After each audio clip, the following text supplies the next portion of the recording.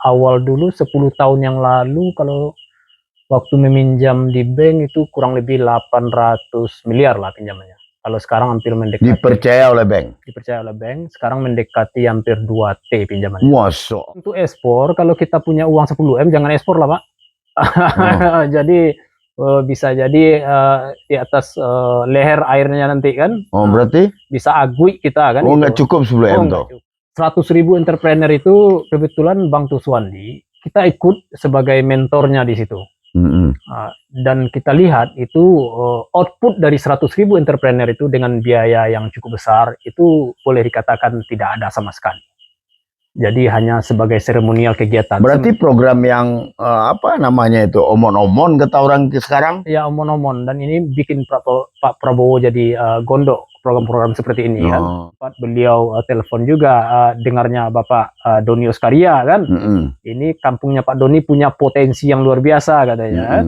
Tetapi apakah ini benar atau tidak? Ongkos dari Kota Padang ke Belawan itu kurang lebih 450.000 per ton.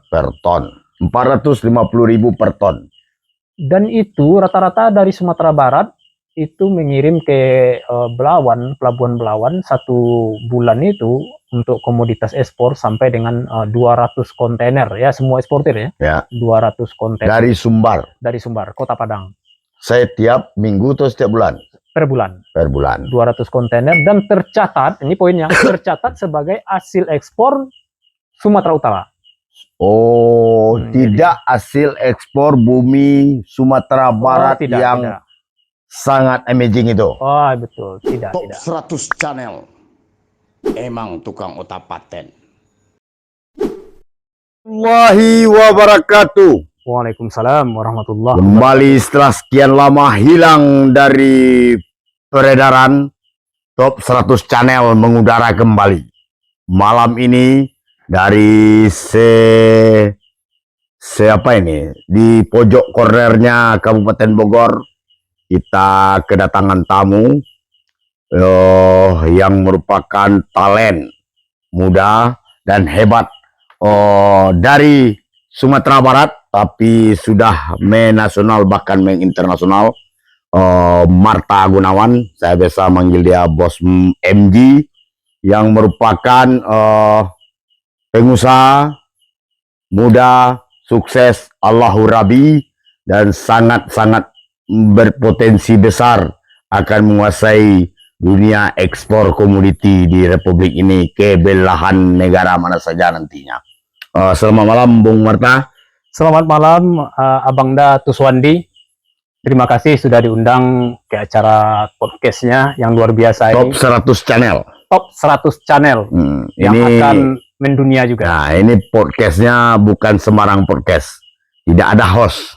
Ini hanya bincang-bincang terhadap topik hangat yang menjadi pergunjingan di top 100.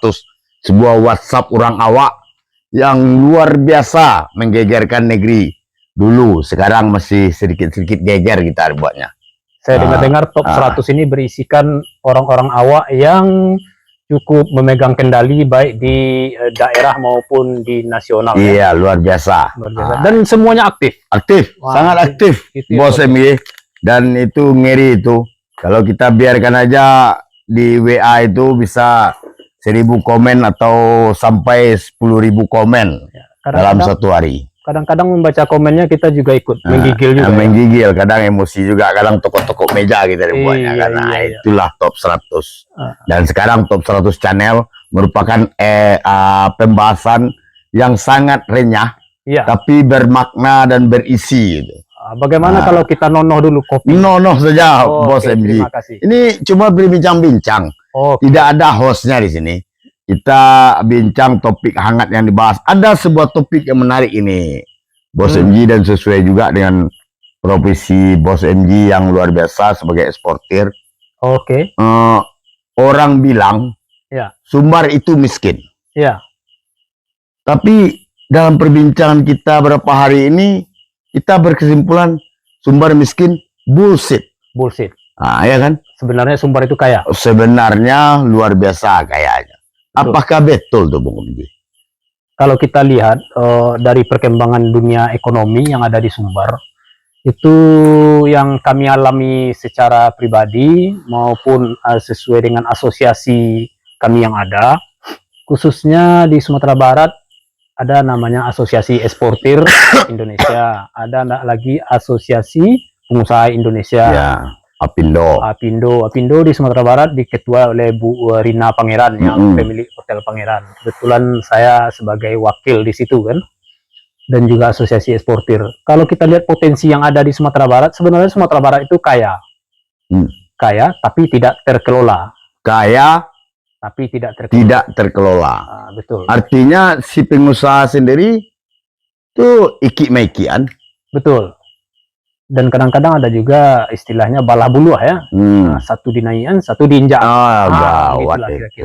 Jadi tidak ada yang super crazy rich di Sumbar. Tidak ada yang crazy rich di Sumbar. Tapi kata orang-orang di kelompok Bos MJ, yang crazy rich itu Bos MJ. Oh, tidak juga. Marta Gunawan katanya.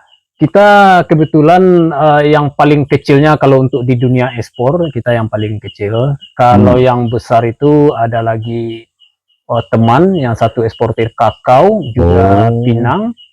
Melihat dari pinjaman beliau di bank awal dulu 10 tahun yang lalu, kalau waktu meminjam di bank itu kurang lebih 800 miliar lah pinjamannya. Kalau sekarang hampir mendekati, dipercaya oleh bank, sekarang mendekati hampir 2T pinjamannya. Masya Allah, ternyata memang luar biasa ya. Luar biasa potensi Sumatera Barat.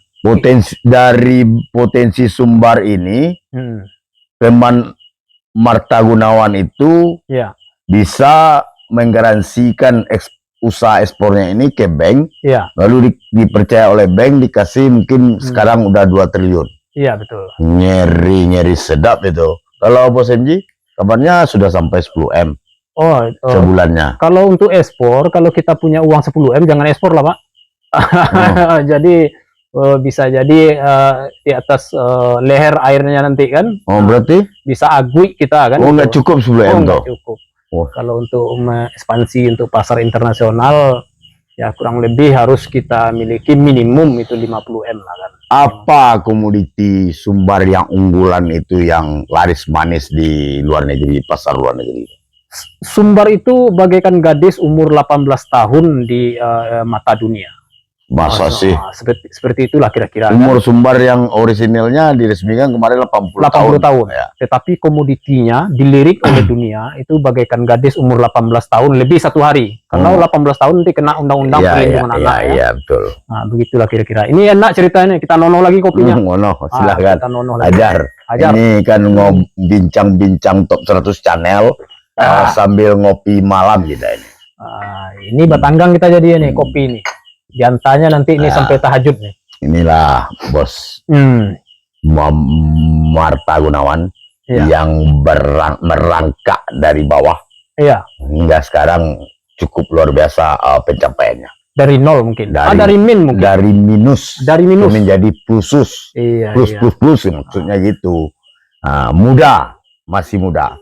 Saya lihat fotonya awal kurus krempeng dia. Kurus krempeng ya. Sekarang dia menjadi ketua umum Persatuan Binaraga dan Fitness Kota Padang. Kota Padang. Ngeri, ya, memang ngeri. Saya aja kalah 3 kotak berangit, salah saya sama dia. Orang gadang-gadang badan dan berkata-kata perutnya kita kumpulkan di Kota Padang ya.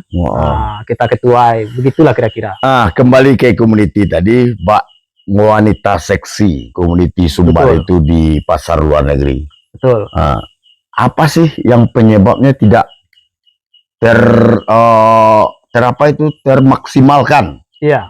Sehingga dan apa bisa nggak ekspor komoditi ini meningkatkan geliat ekonomi di Sumatera Barat sendiri?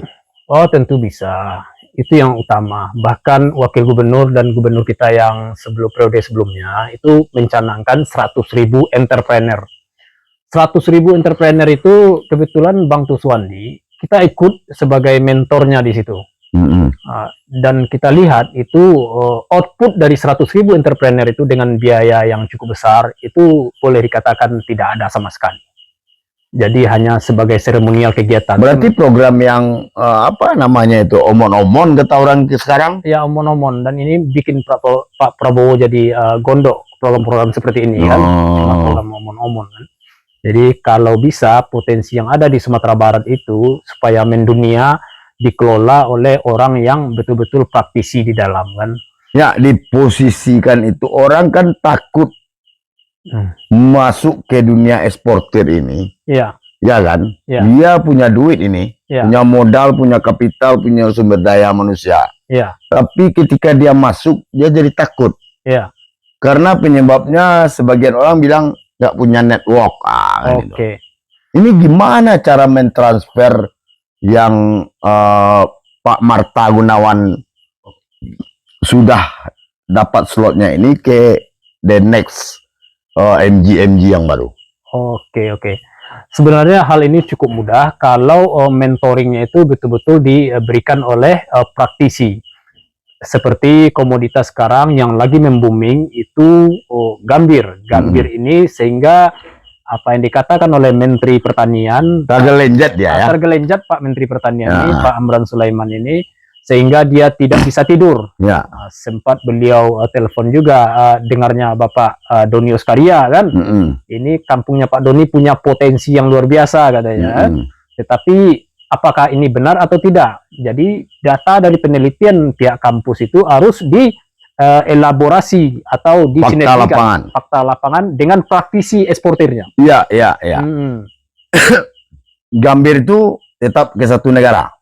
Gambir sebenarnya bisa untuk berbagai negara, tetapi untuk saat sekarang ini yang ada di Sumatera Barat itu dikirim semuanya masih ke India. Di India itu 99% mungkin, boleh dikatakan 100% itu menjadi makanan di situ, permen dia. Kalau Pak MG sendiri, bos MG sendiri? Saya kan ekspornya dulu pernah ekspor gambir ke India, Calcutta juga. Sekarang lebih banyak fokusnya kepada Pinang.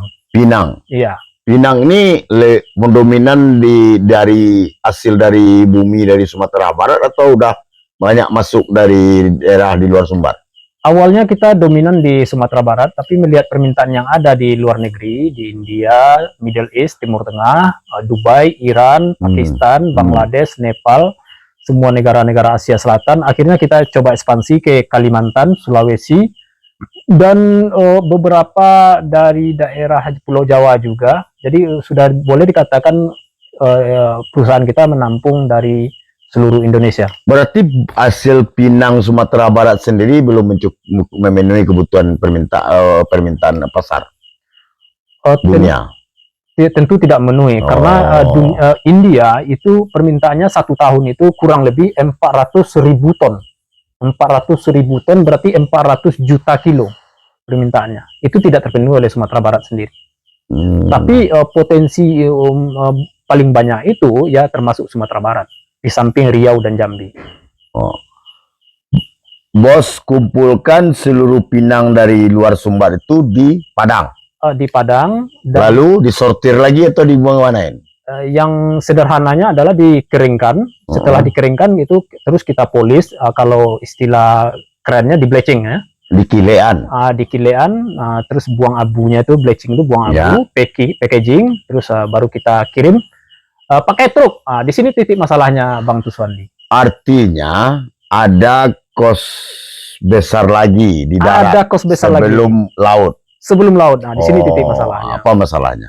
Ungkap aja, Bos. Ini persoalannya harus dituntaskan nih dari masa Maildi Pasco kedua ini. Oke. Maildi kedua, Pasco ke pertama. Oke. Jadi dari Sumatera Barat, kita dari gudang kita itu, kita kirim pakai truk dari Padang ke Belawan, Pelabuhan Belawan. Di sini titik masalahnya. Kapasitas satu truk? Kapasitas satu truk kurang lebih 28 ton kalau Pinang. Ya, sampai ke Belawan. Sampai ke Belawan. Ongkos dari Kota Padang ke Belawan itu kurang lebih 450.000 per ton. Per ton. 450.000 per ton. Dan itu rata-rata dari Sumatera Barat itu mengirim ke Belawan, Pelabuhan Belawan, satu bulan itu untuk komoditas ekspor sampai dengan 200 kontainer ya, semua eksportir ya. Ya. 200 kontainer Dari Sumbar. dari Sumbar, Kota Padang. Setiap minggu atau setiap bulan?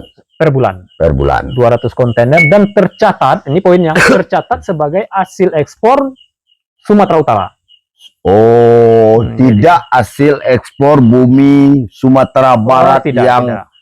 sangat amazing itu. Oh, betul, tidak. Kenapa? Dokumennya? Karena dokumennya semua dari Dinas Perdagangan Sumatera Utara, terus itu karantinanya Sumatera Utara. Oh, terus Pak itu, Nantun. ya, Mengapa ke Belawan? Kok Teluk Bayur nan Permai itu nggak bisa dimanfaatkan? jadi dari sekian lama tahun Sumatera Barat ini khususnya Teluk Bayur, Pelabuhan Teluk Bayur Port itu hanya seputaran wacana dan wacana saja untuk dijadikan pelabuhan ekspor. internasional. Oh, ya.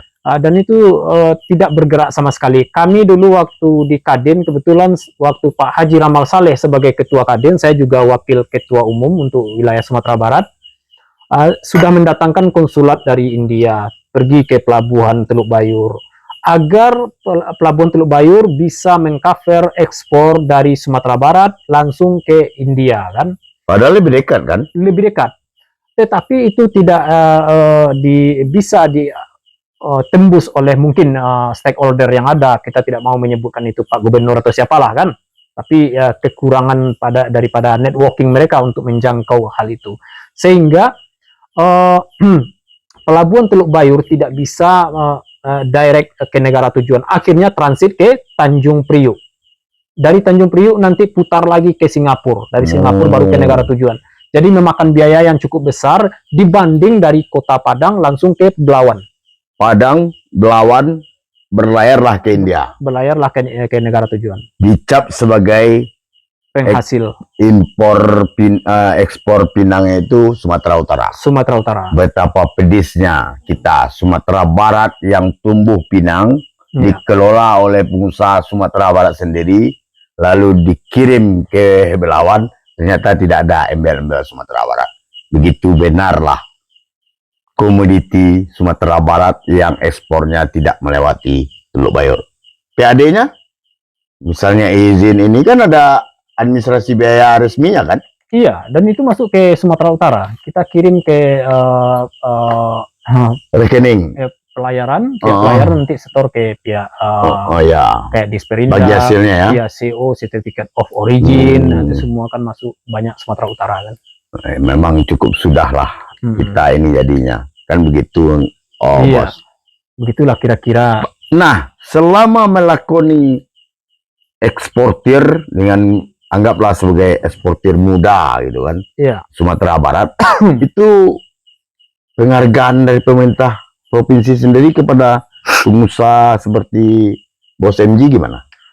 Kalau penghargaan maksudnya ini berupa surat atau fasilitas? Ya, fasilitas atau ada keramahan terhadap Bos MG dan kawan-kawan misalnya. Saya rasa sampai pernah nggak diundang makan malam sama gubernur, sama ketua DPR, sama wakil gubernur misalnya? Oh, belum pernah, Bang Tuswandi. Sejak melakoni ini? Belum pernah. Astagfirullah. Belum pernah. Harusnya 100.000 entrepreneur itu, 100.000 entrepreneur yang diinginkan oleh Pemprov itu, apalagi yang sudah jadi nih, harusnya lebih diintenskan untuk dibina, kan? Benar.